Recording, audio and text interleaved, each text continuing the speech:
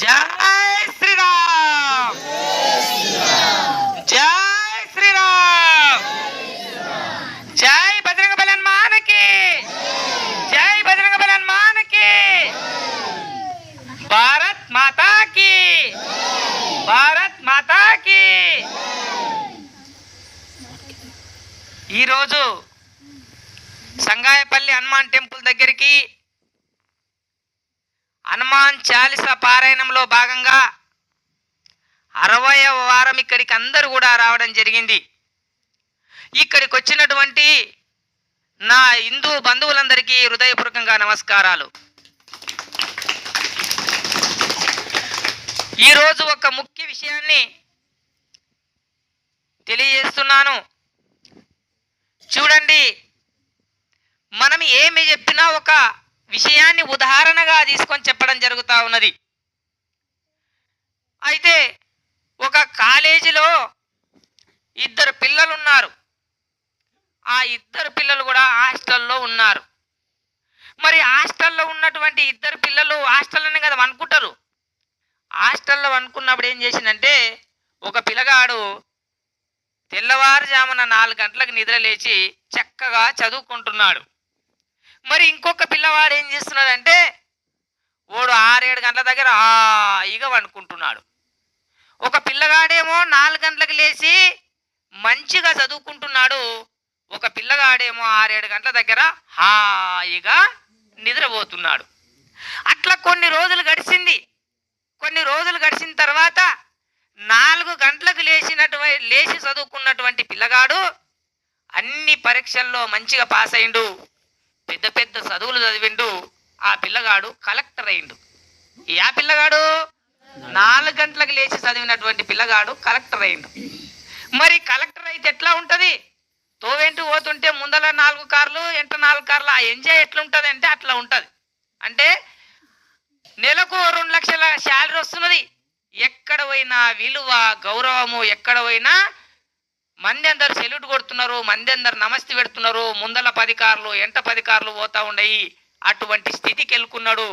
మళ్ళా మంచి గాసం వస్తుంది, మంచి శాలరీ వస్తుంది. మంచిగా ఊళ్ళో మంచి బిల్డింగ్ 3 అంతస్తులు 4 అంతస్తుల బిల్డింగ్ కట్టిండు.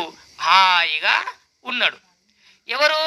4 గంటలకు లేచి చదివినటువంటి పిల్లగాడు ఒక ఉన్నతమైన స్థాయికి వెళ్ళిపోయాడు. మరి అదే ఇంకొక పిల్లగాడు 7 గంటల దగ్గర వంటేటోడు ఉన్నాడు కదా, వాని బతుకు ఎట్లయింది అది తెలుసుకోవాలి ముందు.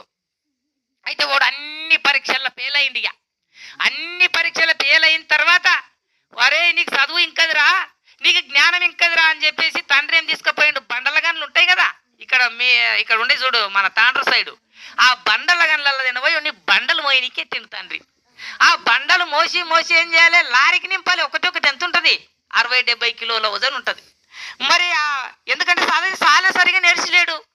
చాలా సరిగా నేర్వకపోవడం వల్ల వానికి ఉద్యోగం రాలేదు. ఉద్యోగం రాకపోవడం వల్ల బండల గనిలో లారీలకు నింపడానికి తయారైంది. మరి వీడు నెలంతా కష్టపడితే, వీడు బండలు మోసి చెమటలు గారుతా ఉంటే వానికి నెలంతా కష్టపడితే 15,000 వస్తున్నాయి. ఈయన నెలంతా కష్టపడితే 2 లక్షలు వస్తున్నాయి. ఈయన ఎక్కడ పోయినా విలువ గౌరవం ఏమో చదువుకున్నోనికి ఉన్నది, చదువు నేర్వనోనికి విలువ గౌరవం అనేది పోయింది. మరి ఈ విషయాన్ని ఇప్పుడు ఎందుకు చెప్తున్నానంటే, కష్టపడ్డోడు సుఖపడతాడు, కష్టపడనోడు దుఃఖపడతాడు. వాడు అప్పుడే లేచి చదువుకునేంటే వాడికి కూడా చిన్నదో పెద్దదో ఒకటి వస్తుండే కదా. మరి ఆ రోజు కష్టపడలేదు, ఈ రోజు దుఃఖపడవలసినటువంటి పరిస్థితి వచ్చింది. మరి మన పరిస్థితి చూడండి, మనం ఈ హనుమాన్ టెంపుల్ దగ్గరికి వచ్చి కష్టపడుతున్నాం, కానీ రాబోయే భవిష్యత్తులో మనం అందరం కూడా సుఖపడతాం. అది అది అది శాశ్వతమైన మాట. మరి వీడికి మనం పొద్దుమిగలు వచ్చి స్నానం చేసి మళ్ళా ఒక ఆటో మాట్లాడుకొని లేకుంటే బండి తీసుకొని ఇక్కడికి వచ్చి కూర్చొని 1 గంట 2 గంటలు మనం ఇక్కడ ఒక భగవన్నామ స్మరణ చేస్తున్నాం. మరి ఇట్లా చేస్తూ ఉన్నామంటే మరి ఏమైతుంది అంటే, మనము కష్టపడుతున్నాము, ఈ కష్టానికి ప్రతిఫలం మనకు వస్తుంది. మరి ఇంటికాడ హాయిగా ఎంజాయ్ చేసుకుంటూ కూర్చున్నారు. ఇప్పుడు ఉద్దరగబ్బలు కొట్టుకుంటా రోడ్ల మీద రచ్చకట్టల మీద. వాళ్ళ పరిస్థితి ఏమవుతుంది అంటే, మనం ఎప్పుడైతే కష్టపడతామో మనకు మళ్ళీ మంచి జన్మ వస్తుంది. మనము కష్టపడవలసిన అవసరం లేకుండా మనకు అన్నీ కూడా భగవంతుడు సమకూరుస్తాడు. మరి ఎట్లా సమకూరుస్తాడు? మనకు పుట్టబోయే పిల్లలు మంచోళ్ళు పుడతారు, తాగోతులలో ఉంటారు, చెడిపెట్టోడు ఉంటాడు, మనకు ఇబ్బందులు చెప్పి చచ్చేటోడు ఉంటాడు, వాడు ఏదో కష్టపడి చిన్నదో పెద్దది జాబ్ చేసేటోడు ఉంటాడు, మనకు బిల్లు కానీ కొడుకులు కానీ ఆ సంతానం అటువంటిది కలుగుతుంది, అన్ని విధాల సహకారం లభిస్తుంది, వీని యొక్క కుటుంబము వీని యొక్క జీవితము ఉన్నతమైన స్థాయికి పోతుంది.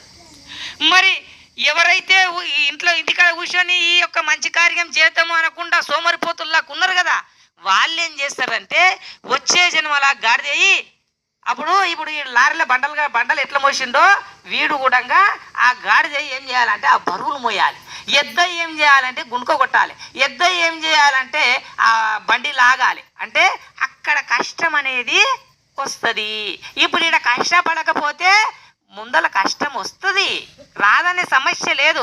ఇప్పుడు ఇక్కడ కష్టపడితే ఉదయం లేచి 4 గంటలకు లేచి నీవు భగవన్నామ స్మరణ చేసి భగవంతుని పూజించి మంచి పనులు మన ప్రవీణ్ లాగా మంచి పనులు చేస్తూ ఉంటే వానికి ముందల మంచిది అనేది లభిస్తుంది. దాంతోనేం కాదని మనం చెడ్డ కార్యాలు చేసి చెడ్డ పనులు చేసి మనం ఇప్పుడు చూస్తున్నాం, కందూర్లు చేస్తూ ఉన్నారు. ఈ కందూర్ల వల్ల కూడా ఏమైతుంది, ఇది ఒక పాపం మూట కట్టుకున్నట్లే. ఎవరైతే కందూర్లు చేస్తారో కందూర్లు చేసిన వాళ్ళ ఇంట్లో దుఃఖం లభిస్తుంది. దుఃఖం ఎట్లా లభిస్తుంది అంటే తన ముందల్నే పిల్లల్ని కోల్పోవడం, తన ముందల్నే ఆ సంసారంలో ఇబ్బందులు రావడం, తన ముందల్నే కొట్లాటలు జరగడం, తన ముందల్నే యాక్సిడెంట్లు జరగడం, రకరకాలైనటువంటి ఇబ్బందులు ఎందుకు జరుగుతాయి అంటే ఈ కందూర్లను మనం మేకలు తీసుకుపోయి ఉర్లంగా కోస్తాం కదా, మన బతుకు కూడా ఉర్లంగా చచ్చేటటువంటి పరిస్థితి ఏర్పడుతుంది. అయితే ఎట్టి పరిస్థితిలో ఎందుకంటే ఇప్పుడు మేకను కోస్తూ ఉంటే నన్ను మంచిగా కోస్తున్నావు అంటది, మేమే ఆట ఉరుతుంది, అది ఒరుతుంది, తప్పించుకునే చూస్తుంది, దెంగపోనిగా చూస్తుంది, దాని కాళ్ళు బీగిత వాటి తీసుకుపోయి కోస్తాం. అది ఎంత తల్లడిస్తుందో మన సంసారం కూడా రాబోయే భవిష్యత్తులో అంత తల్లడిస్తుంది.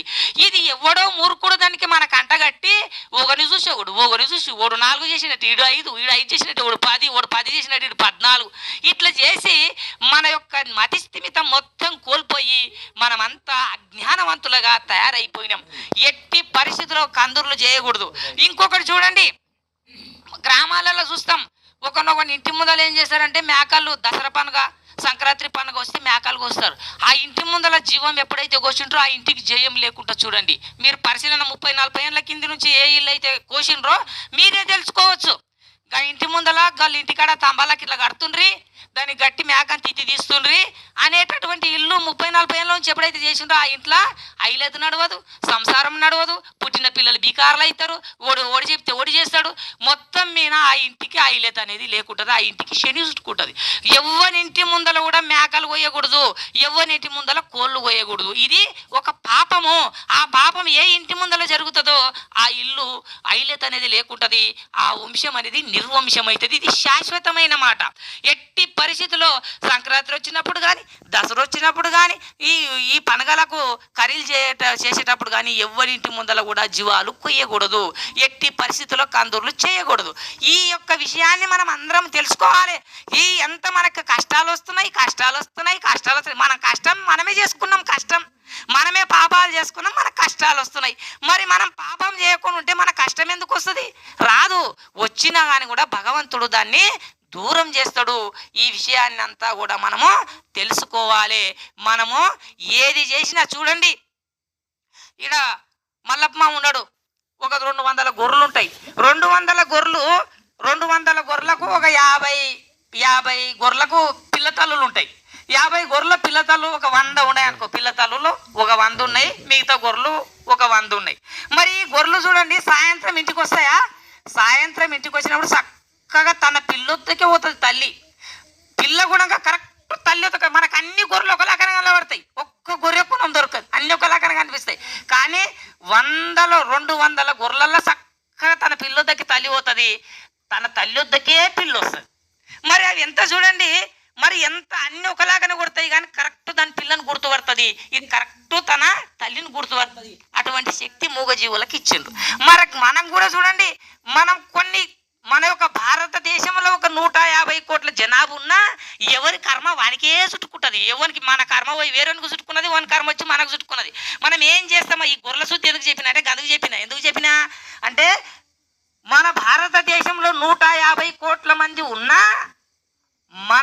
కర్మ చేస్తామో ఆ కర్మ మనకే వచ్చి చుట్టుకుంటుంది, వేరేవానికి చుట్టుకోమన్నా చుట్టుకోదు.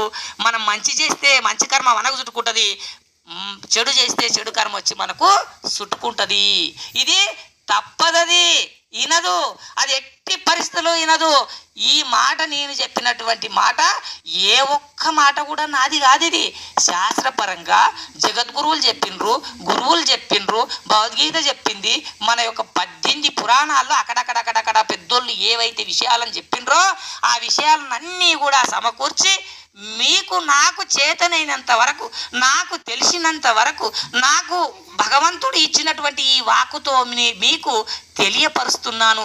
భగవంతుడు ఇచ్చినటువంటి జ్ఞానంతోని, భగవంతుడిచ్చినటువంటి శక్తితోని, నా యొక్క ఆలోచనతోని నాకు తోచినట్టుగా మీకు అర్థమయ్యే విధంగా మామూలు భాషలో, మోటు భాషలో మీకు వివరిస్తున్నాను.